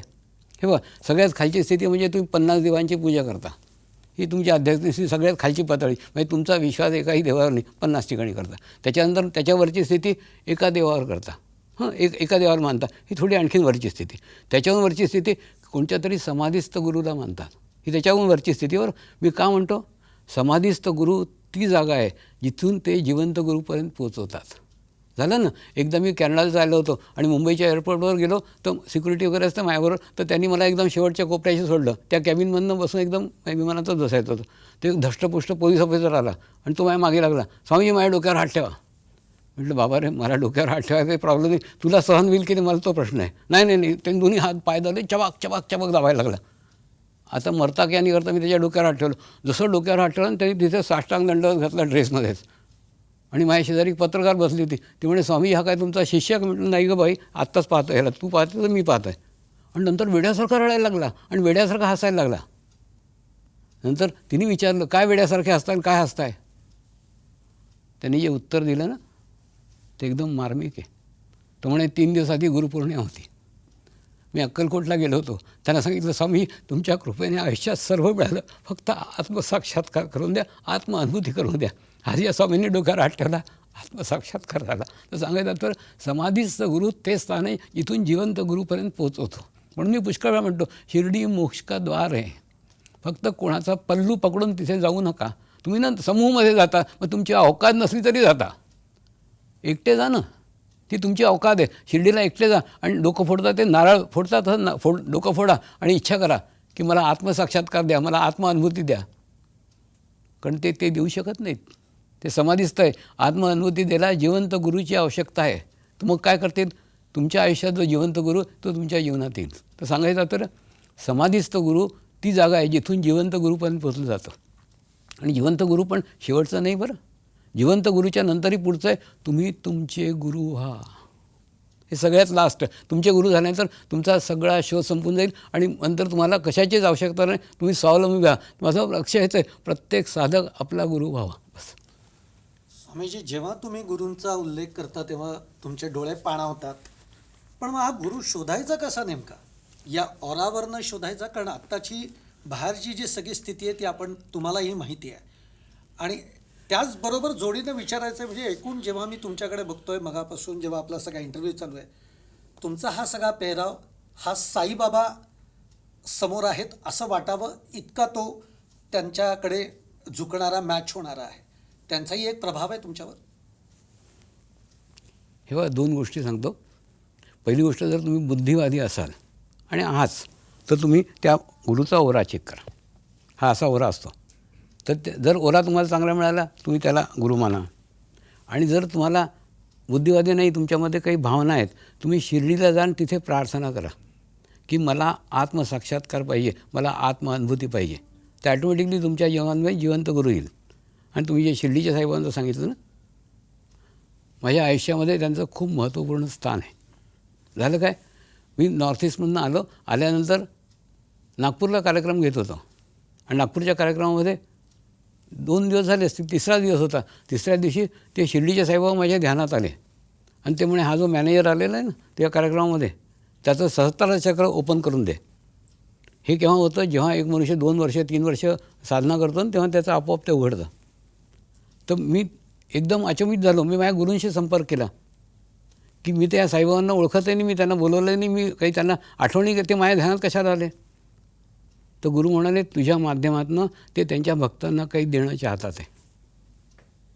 म्हटलं ठीक आहे. मग दुसऱ्या त्या मॅनेजरला म्हटलं की उद्या सकाळी येतो मी 5 वाजता तुझ्या घरी आणि तुझं सहस्त्रार चक्र उघडावं असं साईबाबांचा मेसेज आहे. तो एकदम खूप खुश झाला, खूप आनंदी झाला. दुसऱ्याची घरी गेलो त्याच्या, काही नाही, त्याच्या डोक्यावर हात ठेवला आणि जसं ध्यानात घेतलं तो 5 तास ध्यानात चालला गेला. आणि 5 तासानंतर जेव्हा 10-10:30 झाले, त्याचं ऑफिस जायची वेळ आली, त्याला हलवून आम्ही उठवलं, बाबा रे आता ऑफिस जायचं की नाही जायचं?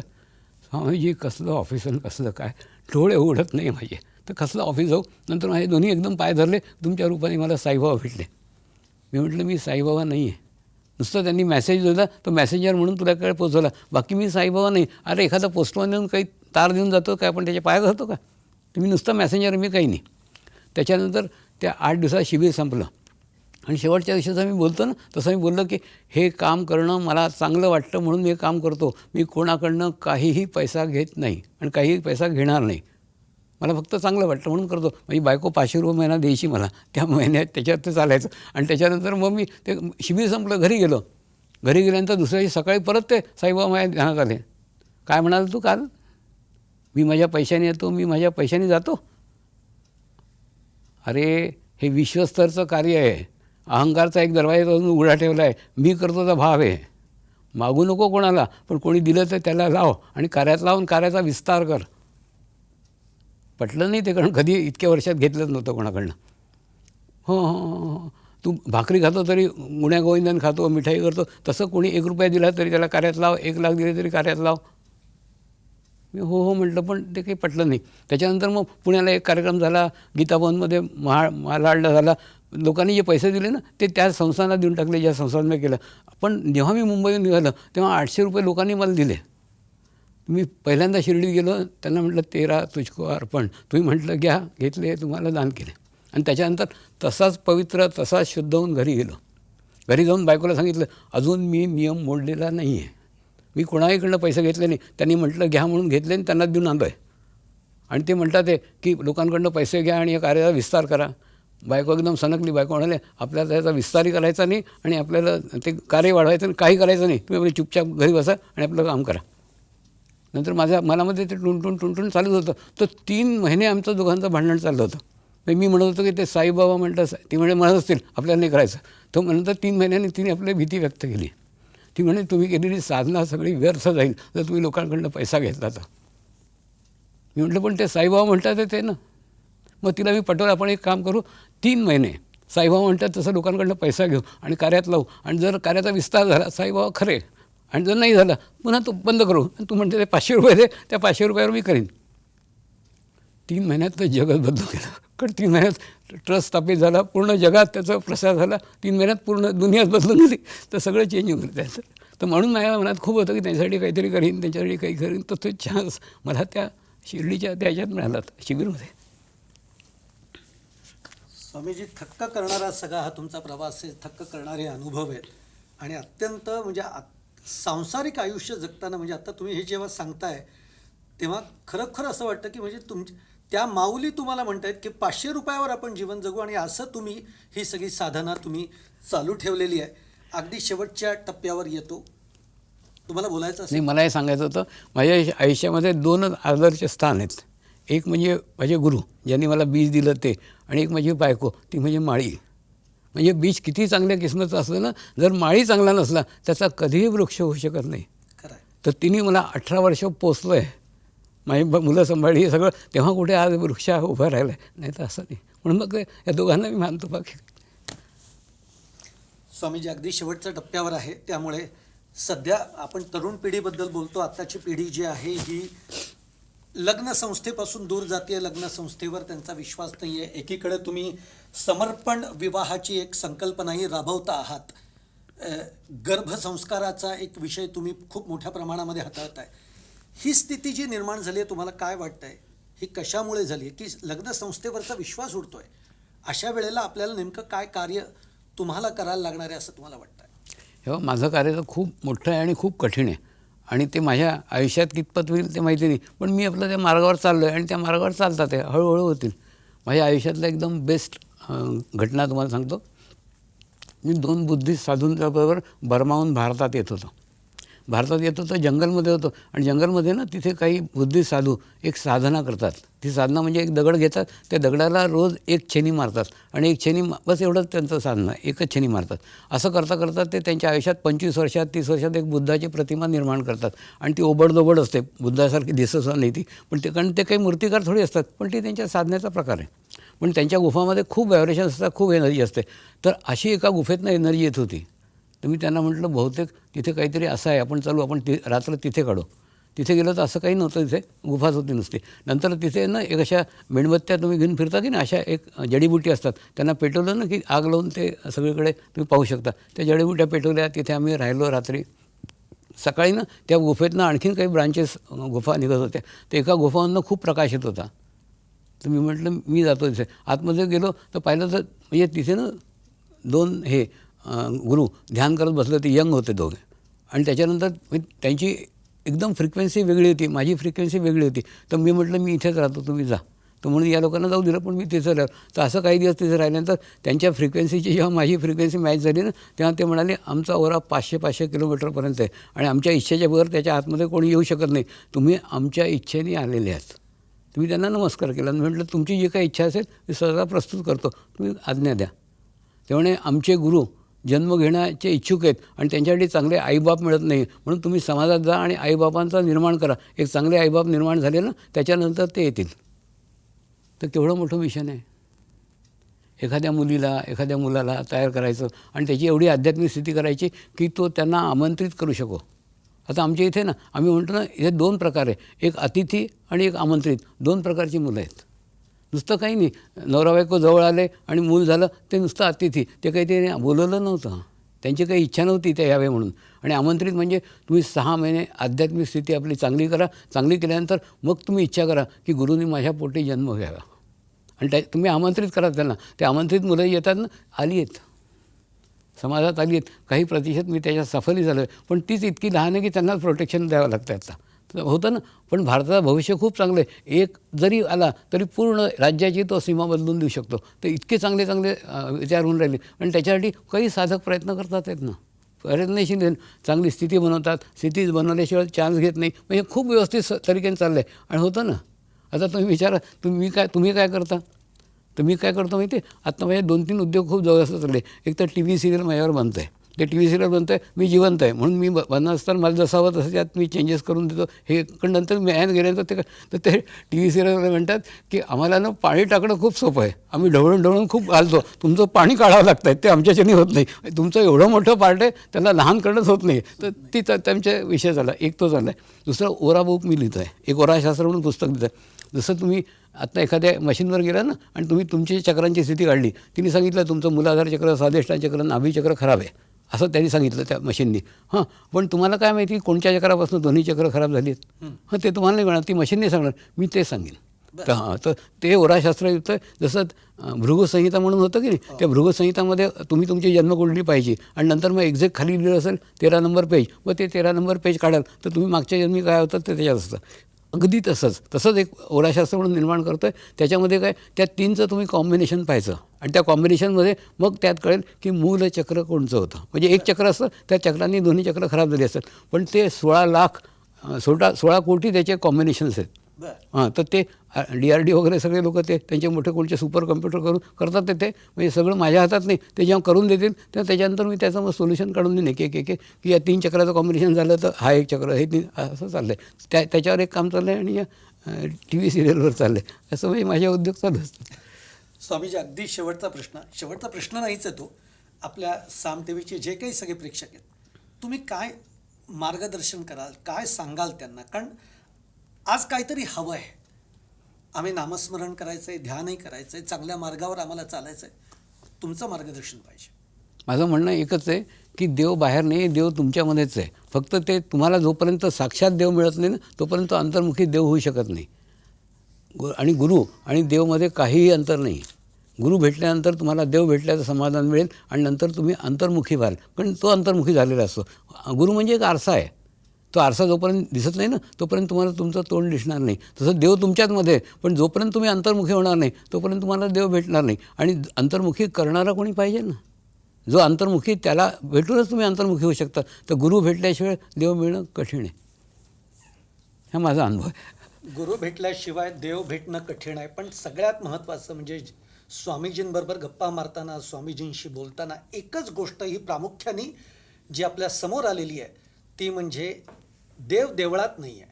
देवळात जा, नमस्कार करून या, पण जेव्हा मूर्तीकडे बघाल तेव्हा तो आरसा आहे, त्याच्यात आपलं प्रतिबिंब शोधा. पण देव जो खरा आहे तो आपल्या हृदयात आहे. माणसाच्या हृदयांमध्ये देव आहे आणि त्याचा आदर करा आणि त्याच्यापर्यंत त्याचा सन्मान करत हे राष्ट्र, हा देश, हा मजबूत करा. याकडे खरं तर सगळा स्वामीजींचा कल आपण बघितला आहे. एक दिशा आता निश्चितपणाने आपल्याला या कार्यक्रमाच्या अंती निश्चित सापडलेली आहे की जे आपण थोडेसे प्रश्नांकित होतो, अनेक गोंधळ आपल्या मनामध्ये होती, पण आता निश्चित एक स्पष्ट कुठेतरी आपल्याला दिसायला लागलं आहे की कोणत्या वाटेनं आपल्याला या सगळ्याचा विचार करायचा आहे. मी जसं आपण या कार्यक्रमामध्ये ऐकलं की स्वामीजी अनेक ठिकाणी शिबिरं घेत असतात, तसंच नागपूरमध्ये डिसेंबर महिन्यामध्ये एक महाशिबिर होणार आहे. साधारणतः 19 ते 26 डिसेंबर असं हे महाशिबिर आहे. या महाशिबिराला आवर्जून आपल्यासारख्या प्रत्येकाने हजेरी लावणं हे गरजेचं आहे. कारण आणखीन जर आपल्याला याच्या पुढची काय साधना आहे, याच्या पुढे आपल्याला काय करायचं आहे, या ज्या गोष्टी आपल्याला स्पष्ट करायच्या असतील तर त्यासाठी याही शिबिराला तुम्ही उपस्थित राहू शकता. स्वामीजी, जाता जाता या शिबिराबद्दल तुम्ही काही सांगणार आहात? काही नाही, ते शिबिर निःशुल्क आहे. सगळे आमचे शिबिरं निःशुल्क असतात, हेही निःशुल्क आहे. आणि दुसरं, हा निःशुल्कचा कन्सेप्ट आपल्या इथे आहे पण फॉरेनमध्ये नाही आहे. पण आता फॉरेनमध्ये आमच्या इथे सगळे शिबिरं निःशुल्क, त्या लोकांना माहिती हळूहळू त्यांच्या अंगवळणी पडलं आहे एक. आणि दुसरं गंमत म्हणजे आता हा जसं ड्रेस मी घालून आला ना, ह्या ड्रेसची सह हिस्ट्री आहे. रामकृष्ण मिशनमध्ये मी कार्यक्रम घेतला आणि काही लुंगी आणि कुर्ता घालून गेलो होतो. कार्यक्रम दिला, त्याच्यानंतर त्यांना विचारलं मठाधीशांना, कसं काय वाटलं? चांगलं वाटलं. तुमचं काही मार्गदर्शन असेल तर सांगा. ते म्हणतात तुमचा माल चांगला आहे, तुमचं पॅकिंग करावे. मी म्हटलं का? तो म्हणजे तुम्ही इतकी चांगल्या गोष्टी करता, सगळं सांगता आणि तुम्ही असे लुंगी आणि कुर्ते घालून पडता. तर मी म्हटलं की माझी इच्छा आहे काय, प्रत्येकाने मला माझ्यासारखं समजावं. आता जसं एका पायरीवर बसलो आणि त्या मुलाला म्हटलं आ जा, तर तो मुलगा येईल एक. मी खूप वर जाऊन बसलो आणि त्यानं म्हटलं आ जा, तर असा बैल तोंड वावर मी नाही करू शकत. तर मी म्हटलं माझी इच्छा आहे सगळ्यांनी मला माझ्यासारखं समजावं. तर ते मला समजायला लागले. अरे संस्कृत समाचार वाचक सूज बूट घालून टाय घालून बसला तर कसं दिसतं, विचित्र दिसतं ना. तर तुम्ही त्याच्या अनुरूप हा ड्रेस घाला ना. तुम्ही त्यांच्याही करायला तर म्हणे ठीक आहे, माझी आठवण म्हणून घाल, म्हणून मी घातलं. पण या ड्रेसचं फायदाही आहे, या ड्रेसचं नुकसानही. मला फायदा कमी, नुकसान जास्त झालेलं आहे. नुकसान झालेलं म्हणजे जेव्हा इंग्लंडमध्ये गेलो आणि पहिलं शिबिर घेतलं ना, 8 दिवसात माझं 7 किलो वजन कमी झालं. प्रत्येकजण शंकेने पाहत होते, आज मी पैसे मागितले तर उद्या मागेल, उद्याने मागितले परवा मागेल, परवाने मागितले निर्वा मागेल. रोज असे शंकेनेच पाहत होते. कारण इथून जितके साधू जातात ना, ते फॉरेनमधनं पैसा गोळा करायलाच जातात. तर काही नाही, मी तिथं काहीही घेतलं नाही. आणि पूर्ण 45 सगळी शिबिरं करून जेव्हा परत येत होतं तेव्हा लंडनला काही इंग्रजांनी मला पैसे दिले. स्वामी तुम्ही मागितले नाही, पण हे आमच्याकडनं काही पाऊंड. मी त्यांना म्हटलं, अरे कभी चूहा हाथी को मदद करता है क्या? इंडिया में इतनी बड़ी सामूहिकता है, तुम्हारी इतनी सी है, तुम क्या मदद करोगे? ये पैसे तुम्हारे पास में रखो. आज तिथे आश्रम आहे, लंडनमध्ये 7 सेंटर्स आहे.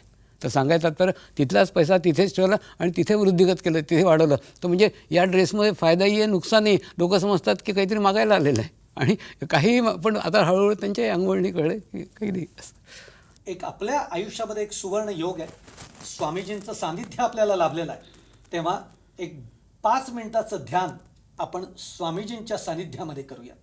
स्वामीजी, हे बघा, मी तुम्हाला 1 तास लेक्चर दिलं, साखर अशी गोड असते, साखर अशी गोड असते, साखर अशी गोड असते. तुम्हाला काही कळेल का? काही नाही कळणार. पण जर 1 चमचा साखर खेळून दिली, तुम्ही माझ्याहून चांगलं बोलायला लागेल की साखर किती गोड असते. तसं जोपर्यंत ती अनुभूती घेत नाही ना, तोपर्यंत या फालतूच्या गोष्टींमध्ये काही अर्थ नाही. या तर नुसत्या गोष्टी आहेत, काहीतरी सांगत होतं जे अनुभवत होते. आता आपण ते ध्यान करू. पहिली गोष्ट ना, एक भावना आहे, एक भाव आहे, जो मला लहानपणापासून माझ्या आतमध्ये होता. तो म्हणजे मी एक पवित्र आत्मा आहे, मी एक शुद्ध आत्मा आहे. याच भावनेला मी माध्यम बनवलं आणि या माध्यमातून आज लाखो लोक जोडलेले आहेत. म्हणजे हे बोलणं किती सोपं आहे. आणि दुसरंही बोलायला सगळ्या धर्माचे, सगळ्या जातीचे सगळे लोक तयार आहेत. आणि असं बोलल्यानंतर ते त्याच्यात ध्यानात जुळतात. एक दुसरं ध्यान करायला लागलं तर तुम्हाला काय काय संकटांचा सामना करावा लागणार आहे, काय काय कठीणाई येणार आहेत ते आधी सांगून टाकतो. सगळ्यात पहिले तुमचा शरीर तुमचं विरोध करेल. शरीर विरोध करेल म्हणजे काय? शरीराला सवयच नाही. शरीराला काय सवय? या तर विचार करू द्या त्याला, नाही तर काम करू द्या. कामही करू द्यायचं नाही, विचारही करू द्यायचं नाही, अशी सवयच नाही त्याला. आणि अर्धा तास बिलकुलच नाही, 5 मिनिटांनी बसू शकत तो. तर मग असा अर्धा तास तुम्ही बसाल तर काय होईल? ते शरीर विरोध करेल. आधी तुम्हाला तिथे खास सुटेल जिथे आयुष्यात कधी खास सुटलीच नाही आहे. नंतर गॅसेस पास होतील, खोकाल, नंतर जांभळे जाल. म्हणजे तुमचे सगळे शरीराचे सगळे धंदे एकसाथ चालून जातील की तो जितका विरोध त्याला करता येईल तेवढा विरोध करेल. या सगळ्या शरीराच्या विरोधाला सहन करावा लागेल, पहिला हमला. दुसरा हमला विचारांचा. म्हणजे तुम्हाला तुमच्या आयुष्यात घडलेल्या सगळ्या घटनांचे विचार एकसाथ यायला लागतील. आता एका जैन मुलीला 52 वर्ष आधी त्याच्या हातून एक मुली बांधरीचं पिल्लू मेलं होतं, ते आठवलं. तो म्हणे मी तर कधी जन्मातही आठवलं नाही, ते त्या दिवशी आठवलं. सांगायचं तर ते विचार येतील. आणि दुसरं, सगळे साधक चूक काय करतात? विचार करायला लागतात. विचार करू नका बाबांनो, विचार पहा. जर तुम्हाला स्टुडिओचा विचार आला, अच्छा स्टुडिओचा विचार येतो का? अच्छा रेल्वे स्टेशनचा विचार येतो का? असं तुम्ही पहा. असं तुम्ही नुसतं पाहिलं ना, दुसरा विचारच येणार नाही. कारण तुम्ही विचाराला काही खत पाणी नाही दिलं. होतं काय? तुम्ही एक विचार केला की तुम्ही इनडायरेक्टली त्याला शक्ती देता. आणि शक्ती दिली त्याच्यामागे दुसरा उभा, दुसऱ्याच्या मागे तिसरा उभा. आणि नंतर मग वेड्यासारखा विचार करता. एवढे सारे विचार सुरू कुठून झाले? मग मागे जाता. तर सांगायचं तर पहिलाच विचार करताना हे लक्षात ठेवा की पहिल्या विचाराचं करायचं नाही, पाहायचं. तुम्ही त्याच्यातनं वेगळं राहायचं. स्टुडिओचा विचार येतो आहे का असं म्हणून वेगळं राहायचं, पाहायचं. रेल्वे स्टेशनचा विचार येतो का, पाहायचं. पण त्यात करायचं नाही. तर दुसरा विचारांचा हमला होईल. तिसरा हमला सगळ्यात मोठा बुद्धीचा होईल. ती बुद्धी म्हणेल 8 दिवसापासून बसतोयस, लागलं का ध्यान? नाही लागणार. तुझ्या ह्याच्याने होणारच नाही रे, तू त्या लायकीचाच नाही. बुद्धी तुम्हाला कन्व्हिन्स करेल तुमच्या ह्याच्याने कधीही आयुष्यात ध्यान लागणार नाही, असं बुद्धी तुम्हाला खूप समजेल. आणि नाही ऐकलं ना, मग ती म्हणेल किती अर्जंट काम पडलं आहे बघ, ते काम सोडून तू बसला इथे मूर्खासारखा अर्धा तास, उठ इथून. आणि तुम्हाला उठवेल. आणि उठल्यानंतर ते काम तुम्ही करणार नाही. आणि बुद्धीचं फक्त तुम्हाला तिथून उठवायचं आहे, बस तेवढंच करायचं आहे. पण या शरीराच्या हमल्यावर, या विचारांच्या हमल्यावर, या बुद्धीच्या हमल्यावर मी एक औषध शोधलं आहे. आणि ते औषध एकदम चांगलं लागू पडतं आहे आणि त्या औषधाने मी सफल झालो आहे आणि तुम्ही सफल व्हाल. ते औषध म्हणजे काय? मी माझ्या जीवनातला अर्धा तास माझ्या गुरूंना दान केलं आहे. तो माझा नाहीच आहे. तर तसं तुम्ही अर्धा तास मला दान करा. तुमचं ध्यान लागो न लागो तुमचं ते क्षेत्रच नाही आहे. आणि दुसरं अर्धा तास बसा ना, आणि अर्धा तास बसल्यानंतर ध्यान लागलं पाहिजे ही पण अपेक्षा आहे. या मार्गात कोणत्याही अपेक्षेने येऊ नका. अपेक्षा सगळ्या शरीराच्या असतात, आत्म्याची कोणतीच अपेक्षा नसते. तर अशा अपेक्षा सोडून तुम्ही बसून पहा ना, 45 दिवस करून पहा ना. 45 दिवस तुमचं काय जाणार आहे? तुमचं जातील 22.5 तास. आयुष्य बदलेल, लिहून देतो. 22.5 तास अगर केले ना, आयुष्य बदलून जाईल तुमचं. तर असं करून पहा तुम्ही की फक्त अर्धा तास बसायचं. आज आपण अर्धा तास नाही बसणार आहे, आपण फक्त प्रात्यक्षिक त्याचं पाहतो आहे. पण तुम्हाला उद्यापासून अर्धा तास बसायचं आहे. हां, अच्छा. दुसरं काय करायचं आहे? काही नाही. दोन्ही हात असे समोर ठेवा आणि जर तुम्ही खुर्चीवर बसलेले तर जमिनीवर बसा.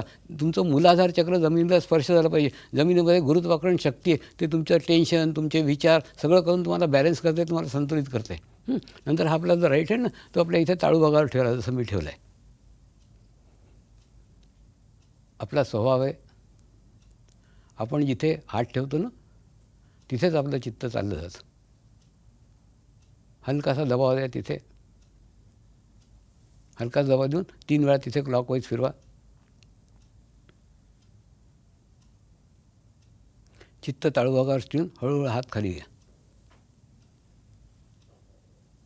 आता माझ्यासोबत जो भाव व्यक्त करणार आहे ना, तो भाव फील पण करा. जसं तुम्ही म्हणाल मी एक पवित्र आत्मा आहे, तर तुम्ही फील करा तुम्ही खरोखर पवित्र आत्मा आहात. तुम्ही वेगवेगळ्या जातीत, वेगवेगळ्या धर्मात, वेगवेगळ्या देशात जन्म घेतले, पण तुमची पवित्रता बनलेली राहिली. तुम्ही जेव्हा म्हणाल ना की मी एक शुद्ध आत्मा आहे, तेव्हा विचार विसरून जा की तुम्ही बाई आहात का पुरुष आहात. हा सगळ्यात शेवटचा अहंकार आहे, तोही विसरून जा. तर माझ्यासोबत आता म्हणायचं आहे, मैं एक पवित्र आत्मा हूँ. मैं एक पवित्र आत्मा हूँ. मैं एक शुद्ध आत्मा हूँ. मैं एक शुद्ध आत्मा हूँ. मैं एक पवित्र आत्मा हूँ. मैं एक पवित्र आत्मा हूँ. मैं एक शुद्ध आत्मा हूँ. मैं एक शुद्ध आत्मा हूँ. मैं एक पवित्र आत्मा हूँ. मैं एक पवित्र आत्मा हूँ. मैं एक शुद्ध आत्मा हूँ. मैं एक शुद्ध आत्मा हूँ. आता ताळू भागावर चित्त ठेवून थोड्या वेळात ध्यान करा.